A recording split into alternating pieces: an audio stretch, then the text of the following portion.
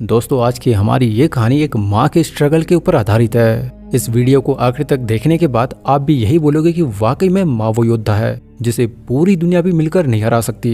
ये कहानी एक माँ के हौसले की, उसके भरोसे और उसके अटूट प्यार की। जब पूरा शहर तबाही के आगोश में था, चारों तरफ सिर्फ लूट मार और बेरहमी फैली हुई थी, जहाँ इंसानियत अपना दम तोड़ चुकी थी, तब भी वो माँ अकेली थी। वो कभी डरी नहीं, ना कभी वो टूटी। वो हर खतरे से लड़ी क्योंकि वो सिर्फ एक औरत नहीं थी, वो एक माँ थी और माँ कभी भी हार नहीं मानती। खैर, कहानी की शुरुआत में हम एक औरत को देखते हैं जो कि अभी प्रेग्नेंट है और वो अभी अपने पति से फोन पर बातें कर रही है। इस औरत का नाम होता है कुछ भी नहीं। जी हाँ, मूवी में डायरेक्टर ने जानबूझकर इस औरत को कुछ भी नाम नहीं दिया है ताकि आप किसी भी माँ का नाम जाने बिना उसकी प्रॉब्लम्स को समझ पाए कि आखिर एक माँ को किस किस तरह की परेशानियों से गुजरना पड़ता है। खैर, इस औरत का नाम हमें डायरेक्टर ने तो नहीं बताया, लेकिन हम इसे वुमेन कहेंगे। वुमेन अभी अपने पति को बता रही है कि वो जल्दी से घर पे आ जाए, लेकिन उसका पति आर अभी लंदन के ट्रैफिक में फंसा हुआ है।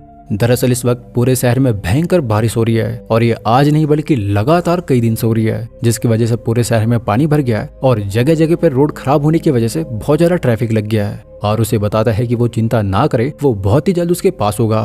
पति से बात करने के बाद वुमेन अब बोर हो जाती है और वो टीवी देखने लगती है, लेकिन कुछ ही देर में उसके घर की लाइट भी चली जाती है। वुमेन देखती है कि लगातार बारिश होने की वजह से अब उसके घर के दरवाजे के नीचे से भी पानी घर में आने लगा है। वो उस पानी को किसी तरह रोकने का प्रयास करती है, लेकिन पानी नहीं रुक रहा। पानी उसके पूरे कमरे में भरने लग गया है। यही नहीं कि इसी वक्त उसे लेबर पेन होना भी शुरू हो जाता है। वो दर्द के मारे हिल भी नहीं पा रही है और काफी सारा पानी उसके कमरे में भर गया है। वुमेन अपने पति को कॉल करती है ताकि उसे ये सब बता पाए, लेकिन उसका पति कॉल नहीं उठाता। जिसके बाद वुमेन अब एम्बुलेंस को कॉल करती है, लेकिन एम्बुलेंस भी काफी बिजी है क्योंकि शहर में हर तरफ पानी भरने की वजह से काफी अफरा तफरी का माहौल बना हुआ है। वुमेन कुछ भी नहीं कर पा रही है और तभी एकदम से पानी उसके घर की खिड़की तोड़ अंदर घुस जाता है, मानो कि जैसे यहाँ पर कोई बाढ़ आ गई हो। वुमेन पानी में डूबने लगती है और वो बेहोश हो जाती है। बाद में जब उसकी आंख खुलती है तो वो खुद को हॉस्पिटल बेड पे पाती है। उसने अभी एक बच्चे को भी जन्म दे दिया है और उसका पति आर भी उसके पास ही बैठा हुआ है। दरअसल आर ही सही समय पर उसे हॉस्पिटल लेकर आया था।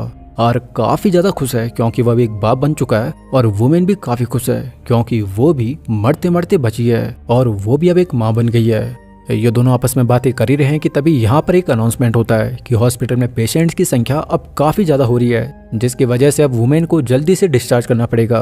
पूरे शहर में पानी भरने की वजह से कई लोग मारे जा रहे हैं, तो वहीं कई सारे लोग जख्मी हुए पड़े हैं। डॉक्टर वुमेन को बताता है कि वो जल्दी से बच्चे का नाम सोच ले, जिसके बाद वो सर्टिफिकेट बनाकर उसे डिस्चार्ज कर देंगे। वुमेन भी अब घर जाना चाहती है, लेकिन उसकी इस बात पर आर बिल्कुल साइलेंट बैठा हुआ है। वुमेन के पूछने पर वो उसे बताता है कि अब उनका घर बाढ़ में पूरी तरह तबाह हो चुका है, तो अब वो घर पे वापस नहीं जा सकते। ये सुन के वुमेन परेशान हो जाती है कि वो डिस्चार्ज होने के बाद अब कहाँ जाएंगे, जिस पर आर वुमेन को बताता है कि वो इस बात की चिंता न करे, यहाँ पर रहना काफी खतरनाक हो सकता है क्योंकि बाहर काफी ज्यादा भगदड़ हो रही है। तो वो उसे अपने गाँव लेकर चलेगा क्योंकि उसने पता किया है कि वहाँ पर उतनी बारिश नहीं हुई है और न ही वहाँ पर कोई भगदड़ होगी। ये दोनों अपने बेटे का नाम जैन रखते हैं और जिसके बाद ये हॉस्पिटल से गांव की तरफ निकल जाते हैं, लेकिन रास्ते में देखते हैं कि गांव की रोड पर भी काफी खतरनाक ट्रैफिक लगा हुआ है क्योंकि सारे लोग शहर से गांव की तरफ भाग रहे थे।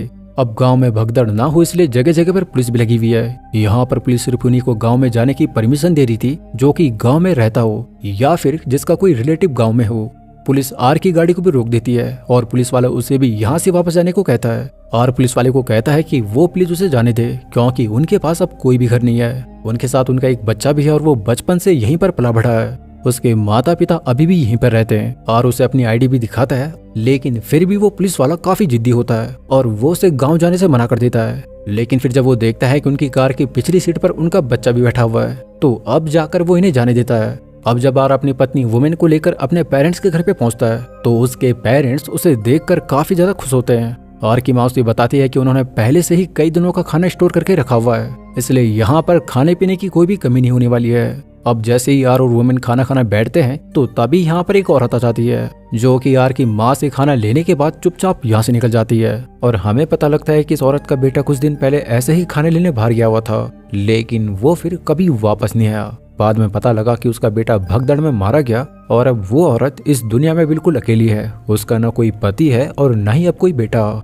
खैर, आर और वुमेन को अब रहने के लिए घर मिल चुका था। वो खुशी खुशी इस घर में रह भी रहे थे कि तभी एक दिन टहलते वक्त उन्हें पास में एक दूसरा घर दिखता है और ये घर आर और वुमेन को काफी पसंद आता है इसके बाद ये दोनों फैसला करते हैं कि वो अब इस घर को सही तरीके से मरम्मत कर अब इसी घर में रहेंगे, क्योंकि ये घर दिखने में काफी अच्छा है। दोस्तों, अब कहानी में आगे बढ़ने से पहले मेरी आपसे एक छोटी सी रिक्वेस्ट है कि प्लीज आप मेरी इस वीडियो को लाइक कर मेरे इस चैनल को सब्सक्राइब कर मेरा सपोर्ट करें। आपका ये सपोर्ट ही मेरी सबसे बड़ी ताकत है और इसी से मुझे हौसला मिलता है कि मैं आपके लिए सबसे बेहतरीन वीडियो लाता रहूं।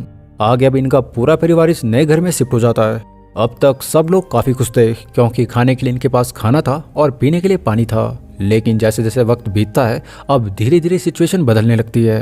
इनके पास जो भी खाना स्टोर था वो अब धीरे धीरे कम हो रहा है और अभी के वक्त इनके पास बहुत ही कम खाना बचा हुआ है। वहीं दूसरी तरफ न्यूज में सुनते हैं कि सरकार दावा कर रही है कि उन्होंने जगह जगह पर इंसानों के लिए शेल्टर बनाए हुए हैं। जो भी इंसान परेशानी में है या फिर जिसके पास अपना घर नहीं है वो उन शेल्टर्स में जाके रह सकता है, क्योंकि उनके लिए वहां पर खाना भी उपलब्ध है। लेकिन इसमें भी एक परेशानी की बात है कि सरकार द्वारा जितने भी शेल्टर लगाए गए हैं वो सब समुद्र किनारे ही लगे हुए हैं, क्योंकि शहर में तो जगह जगह पर पानी भरा हुआ है और ये समुद्र में नहीं जा सकते, क्योंकि वहां पर जाना किसी खतरे से खाली नहीं है, क्योंकि ना जाने वहां पर कब सुनामी आ जाए। किसी भी वक्त पानी का बहाव उन्हें बहा कर ले जा सकता है। लेकिन अब इनके पास सोचने का बिल्कुल भी समय नहीं है, क्योंकि खाना खत्म हो चुका है और इन्हें किसी भी हाल में जोखिम लेकर बाहर जाना ही होगा। आर के माता पिता के लिए वो दोनों मेहमान हैं, तो फिर वो उन्हें बाहर नहीं भेज सकते थे। इसलिए अब आर के माता पिता ही डिसाइड करते हैं कि वो खुद जोखिम लेकर बाहर से खाना लेकर आएंगे, जिस पर वुमेन भी मान जाती है। लेकिन आर उसे बताता है कि वो अपने माँ बाप को इस तरह से अकेले बाहर नहीं भेज सकता। बाहर काफी भगदड़ मची हुई है और बाहर जाने में काफी खतरा है, तो वो भी उनके साथ बाहर जाएगा। लेकिन वो चिंता ना करे, वो किसी भी तरह जल्दी वापस आएगा। वुमेन उसे रोकना चाहती है, लेकिन वो उसे रोक नहीं पाती। वो तीनों खाने की तलाश में निकल पड़ते हैं, तो वहीं इधर अब वुमेन अपने बेबी के साथ बिल्कुल घर पे अकेली है। काफी वक्त बीतने के बाद भी आर अपने घर पे वापस नहीं आता। वुमेन को अब काफी चिंता होने लगती है और उसके मन में उल्टे उल्टे ख्याल भी पनपने लगते हैं। साथ ही उसका बच्चा भूख की वजह से रो रहा है, लेकिन वो उसे बिल्कुल भी चुप नहीं करा पा रही है। एक तो उसे बच्चे को शांत करना नहीं आता और ऊपर से बच्चे के लिए उसके पास कुछ भी खाना नहीं था। अब इसके बाद रात हो जाती है, लेकिन अब तक घर में कोई भी वापस नहीं आया कि तभी इसी पल उसके दरवाजे पर कोई नॉक करता है और ये सुन के वुमेन घबरा जाती है। लेकिन तभी बाहर से एक आवाज आती है कि वो डरे नहीं, वो सिर्फ खाना खाकर यहाँ से निकल जाएंगे। वुमेन पहले तो दरवाजा नहीं खोलती, लेकिन फिर जब वो हिम्मत करती है तो वो दरवाजा खोल देती है। बाहर एक आदमी के साथ उसका एक छोटा बेटा होता है, जो कि बहुत भूखे लग रहे हैं। वुमेन के पास जो भी थोड़ा सा बचा हुआ खाना है वो उन्हें दे देती है, इस उम्मीद में कि उसका पति खाना लेकर फिर से आ जाएगा। दरअसल शहर के हालात इतने बुरे हो चुके हैं कि हर तरफ पानी भरा हुआ है। जो भी कुछ खाने पीने का सामान था वो सब पानी में खराब हो गया है। शहर के लोग अब गांव में शिफ्ट हो चुके हैं और अब गांव में भी खाने की बहुत कमी हो रही है। वो दोनों अजनबी खाना खाते हैं और बिना एक भी शब्द बोले यहाँ से चुपचाप निकल जाते हैं। वुमेन अभी भी अपने परिवार के इंतजार में है कि तभी उसे गाड़ी की आवाज सुनाई पड़ती है। वो खुश होकर भागकर गाड़ी के पास आती है, तो तभी एकदम से उसके चेहरे पे मातम छा जाता है, क्योंकि वो देखती है कि आर का चेहरा खून से लथपथ पड़ा हुआ है। जब कई बार पूछने पर भी आर उसे कुछ नहीं बताता, तो फिर वो खुद ही गाड़ी के पास आती है और देखती है कि उसके फादर इन लॉ का चेहरा भी खून से लथपथ है। वो गाड़ी में अंदर देखती है तो अब वो सारा माजरा समझ जाती है। दरअसल माँ उनके साथ वापस नहीं आई। आर का रो रो के बुरा हाल है और वुमेन के पूछने पर वो उसे बताता है कि उसकी माँ जब खाना लेने गई तो फिर वहां पर काफी भगदड़ थी। खाने के लिए लोग बिल्कुल पागल हो रखे हैं। इंसान के अंदर अब इंसानियत नाम की कोई भी चीज नहीं है और उसी भगदड़ में लोगों ने उसकी माँ को कुचल दिया। उसने बहुत कोशिश की पर वो भीड़ पर काबू नहीं कर पाया, यहाँ तक कि खुद की जान बचाने के लिए उसे अपनी माँ की लाश को वहीं पे छोड़कर भागना पड़ा। एक तरफ आर का रो रो के बुरा हाल है, तो वहीं दूसरी तरफ उसके पिता का उससे भी बुरा हाल है, क्योंकि वो अपनी वाइफ से बहुत प्यार करते थे। उन्हें कभी इन हालात का सामना करना पड़ेगा उन्होंने कभी भी सोचा नहीं था। अपनी वाइफ के बिना जीना उनके लिए एक मौत के समान है। लेकिन वुमेन उन्हें संभालने की कोशिश करती है पर नाकाम रहती है, क्योंकि जैसे ही आर के पिता को मौका मिलता है वो खुद को भी गोली मारकर खत्म कर देते हैं। और अब आर पूरी तरह टूट गया है। उसने 2 दिन के अंदर अपने माता पिता को ही खो दिया है। इस मुश्किल घड़ी में वुमेन उसे संभालती है और कहती है कि अब वो एक भी दिन यहाँ पर नहीं रह सकते, क्योंकि उनके पास बिल्कुल भी खाना नहीं है। उन्हें पास के किसी शेल्टर में जाना होगा जहाँ पर और भी सर्वाइवर रह रहे हैं। लेकिन आर के हालात अभी खड़े होने लायक भी नहीं है, तो वो कहता है कि अगर वो चाहे तो वो अपने बच्चे के साथ शेल्टर के लिए निकल सकती है, क्योंकि वो अपने पेरेंट्स के घर को छोड़ के नहीं आ सकता। अब अपने पति की ये हालत देख वुमेन भी शेल्टर नहीं जाती और कुछ दिन तक वो उसके साथ इस घर में रहती है। दरअसल आर थोड़ा सा खाना लेकर आया था, तो ये कुछ दिन उसमें सर्वाइव कर जाते हैं। लेकिन फिर जब खाना खत्म हो जाता है तो अब इन दोनों को शेल्टर के लिए बाहर जाना ही होगा, क्योंकि वहीं पर इन्हें खाना मिल सकता है। अपनी बच्ची और पत्नी के लिए अब आर भी इनके साथ शेल्टर के लिए निकल पड़ता है। लेकिन वहां पहुंचने पर इन्हें पता लगता है कि यहाँ पर तो सिर्फ औरत और बच्चों को ही लिया जा रहा है। तो वुमेन अब परेशान हो जाती है क्योंकि वो आर के बिना यहाँ पे नहीं रह पाएगी। यहाँ पर खाना भी बट रहा है, लेकिन आर की बाहर जाने की हिम्मत ही नहीं हो रही है क्योंकि बाहर खाने के लिए लोग आपस में लड़ रहे हैं। तो फिर वुमेन ही बाहर जाकर खाना लेके आती है। अब वो डिसाइड करती है कि वो शेल्टर में नहीं जाएगी, वो अपने पति आर के साथ कार में ही रहकर जिंदगी काट लेगी। खाने के लिए भी वो जैसे तैसे शिकार कर अपना पेट पाली लेंगे, लेकिन बोलना बहुत आसान है। रात को जब इन्हें कार में जमा देने वाली ठंड लगती है तो अब इनकी अकल ठिकाने आ जाती है और अगले दिन आर खुद ही कह देता है कि वो दोनों शेल्टर में जाके रहे और जब तक हालात ठीक नहीं हो जाते तब तक वो बाहर उनका वेट करेगा। आर को वुमेन और अपने बच्चे की काफी चिंता है, लेकिन उसके पास कोई भी रास्ता नहीं है। वुमेन भी उसकी बात मान जाती है और इस तरह से ना चाहते हुए भी वुमेन अपने पति से बिछड़कर अब शेल्टर में रहने लगी है। यहाँ पर खाने के लिए खाना था और सोने के लिए बिस्तर भी था। किसी तरह वुमेन अपना मन यहाँ पे लगाने की कोशिश करती है क्योंकि उसे अभी भी आर की बहुत याद आ रही है। यहाँ पर रहने के लिए लड़ाई भी हो रही है तो वुमेन का इस जगह पे बिल्कुल भी मन नहीं लगता। लेकिन एक दिन उसे खाना खाते वक्त नीना नाम की एक औरत मिलती है और इस औरत का भी 5 महीने का एक बच्चा है और इसकी भी एक अलग ही कहानी है। दरअसल नीना का भी इस दुनिया में कोई नहीं है। उसका जब बच्चा हुआ तो उसका पति छोड़कर उसे भाग गया और फिर कभी भी वापस नहीं आया, जिस वजह से बच्चे की जिम्मेदारी अकेले उसे निभानी पड़ी। और अब उसे ये भी नहीं पता कि उसका पति कहाँ पर होगा। वो बहुत डरपोक किस्म का इंसान था और वो तो चाहती है कि वो जल्दी ही मर जाए। अब वुमेन भी बताते हैं कि शायद उसका पति भी अब तक मारा गया होगा या फिर वो जीवित भी हो सकता है। इन दोनों की कंडीशन बिल्कुल एक जैसी है तो इनके बीच दोस्ती हो जाती है। नीना बच्चे संभालने में काफी एक्सपर्ट है तो वो वुमेन का बच्चा भी संभाल लेती है। जब कभी भी वुमेन का बच्चा रोता तो नीना उसे चुप करा देती। नीना वुमेन को बताती है कि अब तक वो जितने भी शेल्टर से होकर आई है उनमें से ये शेल्टर काफी अच्छा है। यहाँ पर भले ही लड़ाई होती है लेकिन खाना भरपेट मिल जाता है। लेकिन शायद हमेशा ऐसा ना रहे क्योंकि दूसरे शेल्टर के लोग अक्सर खाने की तलाश में और शेल्टर्स पर भी अटैक करते हैं जिसमें जान का भी खतरा रहता है। तो शायद वो यहाँ पर ज्यादा दिन तक सरवाइव नहीं कर पाएंगे। नीना उसे बताती है कि उसके एक दोस्त है जो कि बहुत अमीर है, उसके पास खुद का एक आइलैंड भी है और अगर वो किसी तरह उस आइलैंड तक पहुंच गई है तो फिर उसे इस नर्क जैसी जिंदगी से हमेशा के लिए छुटकारा मिल जाएगा। नीना वुमेन को भी उसके साथ आइलैंड पे चलने को बोलती है, लेकिन वुमेन के हालात थोड़े खराब हैं। उसका पति बाहर उसका वेट कर रहा है और उसे अपने पति का कुछ भी अता पता नहीं है कि वो जिंदा है या फिर वो मर गया। वो हर वक्त अपने पति को ही हेलुसिनेट करने लगती है। सब कुछ यहाँ पे ठीक ही था कि तभी एक दिन कुछ भारी लोग यहाँ पर हमला कर देते हैं और इनका सारा खाने पीने का सामान लूटने लगते हैं। साथ ही वो इस शेल्टर के लोगों को मारना भी शुरू कर देते हैं, जिस वजह से यहाँ पे शेल्टर के लोगों को जान बचाकर भागना पड़ता है। नीना और वुमेन भी बच्चे को हाथ में लेकर भाग रहे हैं कि तभी वो एक आदमी से लिफ्ट लेते हैं जो कि इनके प्रति काफी रूड होता है और वो इन्हें बीच रास्ते में ही छोड़ देता है। वुमेन अब काफी ज्यादा डिप्रेस्ड है क्योंकि उसका पति जब उस शेल्टर में वापस आएगा तो उसे वो वहां पर नहीं मिलेंगे। वो परेशान हो जाएगा और फिर ना जाने उसका पति उसे कहां कहां ढूंढते फिरेगा। लेकिन नीना उसे समझाती है कि वो इतने आगे की ना सोचे, उसके पास अभी एक बच्चा है और अभी उसे यही सोचना चाहिए कि कैसे वो दोनों एक सुरक्षित जगह पे पहुंचे, क्योंकि अब के वक्त कोई भी जगह सेफ नहीं है। जगह जगह पे लुटेरे बैठे हुए हैं, लोगों के अंदर से इंसानियत खत्म हो गई है और उन्हें अपनी लाइफ का भी कुछ भी अता पता नहीं है। अब तो उनके पास खाने के लिए खाना भी नहीं है, ऊपर से वो जंगल के बीच फंसे हुए हैं, तो अभी उन्हें अपने और अपने बच्चे के लिए ही सोचना चाहिए। सुनसान जंगल में ये चुपचाप दबे पैर आगे बढ़ रहे थे, ना जाने कब कोई लुटेरा इन पे हमला कर दे। रात होने वाली है लेकिन दूर दूर तक इन्हें इंसान का कोई भी नामो निशान नहीं मिलता।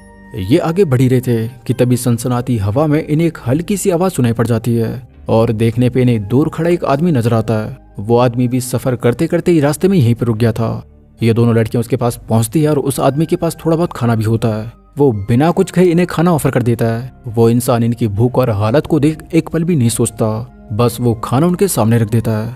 नीना और वुमेन उसकी तरफ देखती है, थोड़ी हैरान, थोड़ी थकी हुई, क्योंकि अब के वक्त किसी के भी अंदर इंसानियत नहीं बची है। लोग एक दूसरे को खाने के नाम पे मार काट रहे हैं, लेकिन ये आदमी उनके लिए इतना सब कुछ कर रहा है। ये दोनों रात वहीं पर गुजारते हैं और नीना उस आदमी को बताती है कि मेरी एक दोस्त है, वो एक आइलैंड पे रहती है और मैं उसके पास जाना चाहती हूँ, लेकिन मुझे ये नहीं पता कि वो आइलैंड किस तरफ पड़ता है। अब वो आदमी इस पर एक हल्की सी सांस लेकर कहता है कि तुम नॉर्दर्न पियर की तरफ जाओ, क्योंकि वहां से बोट्स आती जाती रहती है और वो भी बोट से ही यहाँ पर आया था। शायद उसे कोई बोट वहां पर मिल जाए और उसे आइलैंड तक छोड़ दे। रात को ये तीनों आग जलाकर वहीं पर बैठकर थोड़ी ड्रिंक भी करते हैं। माहौल थोड़ा खुल जाता है और फिर वो आदमी भी अपनी एक बेहद दर्दनाक कहानी सुनाता है। वो कहता है कि मैं भी अपनी फैमिली के साथ गाड़ी में था, हम एक पुल को पार करने जा रहे थे और वो ब्रिज पैदल चलकर ही हमें पार करना था। मैं तो किसी तरह उसे पार कर गया, लेकिन मेरी फैमिली जब पीछे आई तो अचानक से वो पुल टूट गया और मैंने पूरा परिवार एक झटके में ही खो दिया। उन सब की लाश पानी में बह गई और उसके पास उन्हें बचाने का कोई भी रास्ता नहीं था। बेचारा ये बताते बताते उस आदमी की आवाज भी कांपने लगती है और वो वहीं पर रोना शुरू कर देता है। नीना और वुमेन उसे चुपचाप देखती रहती है और अब कहीं ना कहीं उनकी आंखों में भी डर और दुख दोनों भर जाते हैं। दोनों के पास अपने एक नवजात बच्चा है और पति का दूर दूर तक कोई अता पता नहीं है। अब जैसे ही सुबह होती तो वो आदमी चुपचाप यहाँ से निकल जाता है और अब सिर्फ नीना और वुमेन ही वहां पर बचती है। ये दोनों भी अब निकल पड़ते हैं उसी नॉर्दर्न पियर की ओर समुद्र की तलाश में। कई किलोमीटर चलने के बाद आखिरकार ये एक समुद्र के किनारे पे पहुंचती है। ये दोनों वहीं पर बैठ जाती है उस बोट का इंतजार करते हुए जिसकी उम्मीद उसे उस आदमी ने दी थी। घंटों बीत जाते हैं लेकिन इन्हें कोई भी बोट नजर नहीं आती। अब दोबारा से शाम होने को आई है लेकिन कोई भी रास्ता नजर नहीं आता। लेकिन नीना को अब भी उम्मीद है कि कोई ना कोई बोट यहाँ पे जरूर आएगी। अब रात हो जाती है। वो दोनों उस किनारे पे ही सोने की कोशिश करते हैं लेकिन अगली सुबह वुमेन को दूर से किसी बोट की आवाज सुनाई पड़ जाती है। वो नीना को उठाती है और दोनों मिलकर उस बोट को आवाजें लगाते हैं। वो अपना हाथ हिलाती है और काफी मशक्कत करने के बाद आखिरकार वो बोट उनकी तरफ आ जाती है और फिर ये दोनों उसमें सवार होकर उस आइलैंड की तरफ निकल पड़ती है जहाँ पर नीना की दोस्त रहती है। आइलैंड पे पहुंचते ही नीना की दोस्त उसे मिल जाती है और वो नीना को जिंदा देख बहुत खुश होती है। नीना भी उससे मिलकर काफी खुश है लेकिन वुमेन उसका मन कहीं ना कहीं अभी भी खोया हुआ है। उसकी आंखें बताती है कि वो आर को बहुत मिस कर रही है। वो उस पल को याद करती है जब वुमेन की पहली बार आर से मुलाकात हुई थी और इन दोनों की मुलाकात काफी इंटरेस्टिंग थी। आर ने पहली नजर में उसे डेट के लिए पूछ लिया था और वुमेन उससे इतनी इंप्रेस हो गई थी कि वो उसे मना तक नहीं कर पाई थी। धीरे धीरे एक दूसरे के करीब आ गए और बहुत ही जल्द दोनों में प्यार भी हो गया। वुमेन के माता पिता की मृत्यु हो चुकी थी और वो पहले ही अकेली पड़ गई थी लेकिन आर के साथ उसे एक नई जिंदगी जीने की उम्मीद मिली थी। तब वो प्रेग्नेंट भी हो गई और अपने माता पिता की मौत का गम वो ठीक से मना भी नहीं पाई। अब कहानी दोबारा से वर्तमान में लौटती है जहाँ पे वुमेन अब नीना के दोस्त के घर पे है। नीना खुश है कि वुमेन उसके साथ यहाँ पर आई। ये जगह बिल्कुल सुरक्षित है और खाने की भी यहाँ पे कमी नहीं है। लेकिन ना जाने क्यों वुमेन का दिल बहुत बेचैन है। वो नीना से कहती है कि मेरी जिंदगी में दुख ही दुख रहे, पहले मेरे पेरेंट्स, फिर आर के पेरेंट्स और अब आर खुद। अब तो मौत का ख्याल भी डराने लगता है। इतना कहकर वुमेन समुद्र के किनारे पे बैठ जाती है, अकेली, बिल्कुल शांत, जैसे कि मानो उसके मन में बहुत कुछ चल रहा है। तभी वहां पर नीना की फ्रेंड की मॉम आती है और वो उसे समझाती है कि कुछ चीजें हमारी जिंदगी में इतनी तेज होती हैं कि हम उन्हें पकड़ ही नहीं पाते, लेकिन अगर तुम उन लम्हों में अटक कर बैठ जाओगी तो जिंदगी में कभी आगे नहीं बढ़ोगी। बीता हुआ कल कभी भी फ्यूचर नहीं बना सकता। उसे अभी अपने बच्चे और अपने बारे में ही सोचना चाहिए। लेकिन वुमेन कुछ नहीं कहती। वो बस उसकी बातें सुनती रहती है क्योंकि कोई भी यहाँ पर उसके पति के बारे में बात नहीं कर रहा। सबको लग रहा है कि वो मारा गया होगा और यही बात उसे अंदर ही अंदर खाई जा रही थी। वो अब अपने सारे कपड़े उतारती है और समुद्र में उतर जाती है, शायद उस सुकून की तलाश में, उस वक्त को याद करते हुए जब वो अपने घर में आर के साथ बहुत खुश थी। थोड़ी देर बाद वो फिर से वापस आती है लेकिन बिल्कुल नई बनकर, और आते ही वो सबको कहती है कि ये जगह मेरे लिए नहीं है, मुझे वापस जाना होगा, मुझे आर को ढूंढना है किसी भी कीमत पर, मैं उसके बिना नहीं रह पाऊंगी। नीना की दोस्त की मॉम कहती है कि तुम अकेले यहाँ से नहीं जा पाओगे, मैं तुम्हें बोट से सड़क तक छोड़ दूंगी, लेकिन सोच लो वहां से आगे का रास्ता बिल्कुल भी आसान नहीं होगा। लुटेरों का डर, जंगली जानवरों का डर, और जब उसे भूख लगेगी तो उसके पास खाने के लिए खाना भी नहीं होगा।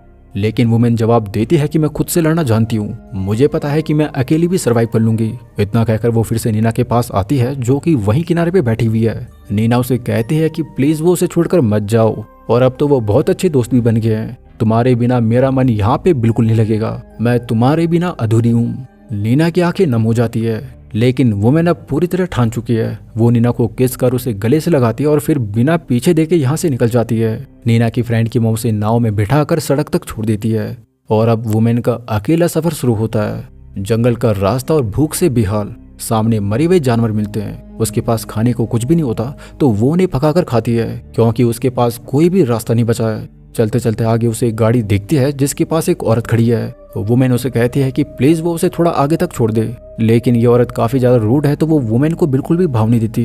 तभी उस औरत का पति भी यहाँ पर आ जाता है और माहौल और भी अजीब हो जाता है। उसका पति वुमेन की मदद करना चाहता है लेकिन वो खड़ूस औरत उसे भी चुप करा देती है। वुमेन समझ चुकी है कि सरवाइव करने के लिए अब उसे खुद ही कुछ करना पड़ेगा, तो वो अपने बच्चे को उठाती है और बड़े शातिर तरीके से वो उन दोनों की कार चुराकर यहाँ से भाग जाती है। काफी दूर जाने के बाद उसे कुछ लोग मिलते हैं जो कि कहते हैं कि अगर तुम्हारे पास आईडी है तो काम करो और खाना पाओ। वुमेन इसके लिए मान जाती है क्योंकि पेट पालने के लिए उसे कुछ न कुछ करना ही पड़ेगा। वो वहां पर काम करती है और एक शेल्टर जैसी जगह पर रहने लगती है। यहीं पर वो कुछ दिन अपने बच्चे को पालती है, लेकिन दिल में अभी भी आर की यादें जिंदा है। वो जानती है कि ये जगह उसके लिए नहीं है। इसीलिए एक दिन वुमेन अपना सारा काम छोड़कर दोबारा अपने शहर लंदन वापस आती है और हम देखते हैं कि लंदन शहर पूरी तरह बर्बाद हो चुका है। हर जगह पानी ही पानी फैला हुआ है। सरकार पानी को निकालने की पूरी कोशिश कर रही है, लेकिन सब कोशिशें बेकार है। वुमेन सीधा अपने पुराने घर पे आती है और देखती है कि उसका घर पूरी तरह टूटा पड़ा हुआ है, लेकिन उसे रहने के लिए इस घर को फिर से साफ करना ही होगा। उसे आर की अभी भी बहुत याद आ रही है, लेकिन उसका दिल कहता है कि आर अभी भी जिंदा है। वो सफाई कर ही रही है कि तभी उसके पीछे से उसे एक आवाज सुनाई पड़ती है। ये आवाज कुछ जानी पहचानी भी लग रही है। वो धीरे से जब पीछे मुड़कर देखती है तो ये उसका खुद का पति आर होता है। जी हाँ, उसके विश्वास की आखिरकार जीत होती है। जब सबने उसे कहा कि वो यहीं पर रुक जाए क्योंकि उसका पति अब तक मारा गया होगा, तब भी उसके दिल में कभी भी ये ख्याल नहीं आया कि ये सच हो सकता है। उसके दिल में हमेशा से था कि वो अपने पति से एक दिन जरूर मिलेगी और आखिरकार उसके विश्वास की जीत हुई। लेकिन सोचो, अगर उसने वो जोखिम ना लिया होता तो क्या ये मुलाकात हो पाती? बिल्कुल भी नहीं। उसने दुनिया भर की परेशानियां झेली, अपने प्यार को पाने के लिए उसने जोखिम लिया और आखिरकार वो उसे मिल ही गया। वुमेन आर को अपने गले से लगा लेती है और इसी के साथ इस कहानी का अंत हो जाता है।